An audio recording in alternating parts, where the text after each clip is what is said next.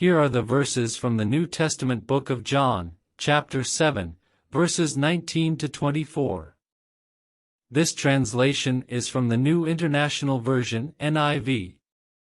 19. Has not Moses given you the law? Yet not one of you keeps the law. Why are you trying to kill me? 20. You are demon-possessed, the crowd answered. Who is trying to kill you? 21. Jesus said to them, I did one miracle, and you are all amazed. 22. Yet, because Moses gave you circumcision, though actually it did not come from Moses, but from the patriarchs, you circumcise a boy on the Sabbath.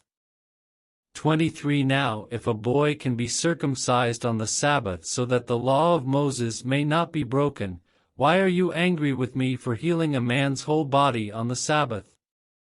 24. Stop judging by mere appearances, but instead judge correctly.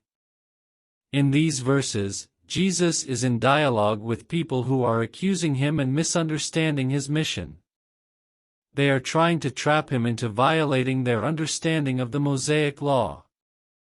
Jesus reminds the crowd that, despite their adherence to the letter of the law given by Moses, they are not truly keeping it in spirit. He calls out their hypocrisy by pointing out that they are seeking to kill him, which itself would be a violation of the law, thou shalt not kill. Jesus then refers to a miracle he performed, healing a man on the Sabbath, which had provoked outrage because work, which they interpreted healing to be, was forbidden on the Sabbath under Jewish law.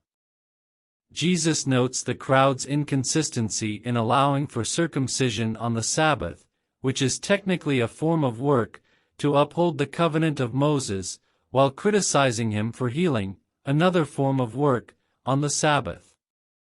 The underlying principle here is the value of human well-being over strict adherence to legalistic rules. In the final verse, Jesus instructs the crowd to stop judging by mere appearances, but instead judge correctly. Jesus calls for discernment in the application of judgment that is in line with the spirit of the law, which is oriented towards love, mercy, and human well-being, rather than a rigid and superficial interpretation of the law.